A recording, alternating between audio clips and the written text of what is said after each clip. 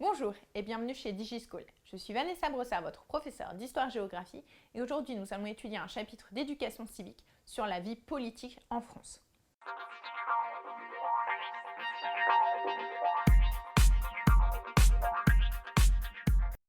En France, les institutions sont séparées. Les pouvoirs sont ainsi les pouvoirs exécutifs, législatifs et judiciaires. En ce qui concerne le pouvoir exécutif, qui a le pouvoir exécutif? C'est le président de la République qui va nommer le Premier ministre qui est chargé de faire le gouvernement, c'est-à-dire les ministres. Le président a un pouvoir très important. C'est pour cela qu'on appelle ce régime un régime semi-présidentiel. Il a tout un tas de pouvoirs différents, comme le fait qu'il soit chef des armées, ou bien il peut aussi proposer des lois, etc., etc. Ensuite, le pouvoir législatif est détenu par les deux chambres du Parlement. L'Assemblée nationale, formée de plus de 500 députés, et le Sénat, qui est formé de plus de 300 sénateurs. Ils sont chargés d'élaborer la loi et d'évaluer les politiques publiques. L'Assemblée nationale et le Sénat sont ainsi chargés, chacun à leur tour, de lire la loi et de la corriger. En cas de désaccord entre les deux chambres, c'est l'Assemblée nationale qui a le dernier mot.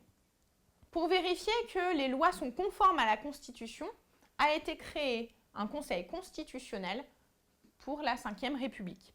Ce Conseil constitutionnel contrôle également le déroulement des élections.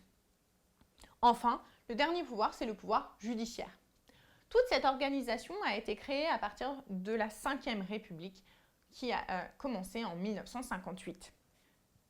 Progressivement, des lois ont décentralisé les pouvoirs, et notamment les lois de 1982 et de 1983. La décentralisation, qu'est-ce que c'est? C'est le transfert des compétences locales aux collectivités territoriales. Les collectivités territoriales sont au nombre de 3, les municipalités, les communes, les régions et les départements. Ainsi, les conseillers locaux sont élus par les citoyens lors des élections régionales, départementales et municipales. Cependant, l'État est représenté grâce au préfet. Enfin, les citoyens peuvent participer à la vie politique. Ils peuvent être électeurs, donc participer aux élections, être éligibles, c'est-à-dire être candidats, militer dans un parti politique. En effet, les partis politiques sont des associations.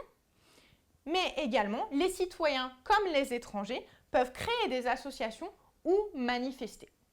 Merci d'avoir regardé cette vidéo. N'hésitez pas à regarder les autres vidéos en lien avec le programme de 3e et à bientôt chez DigiSchool.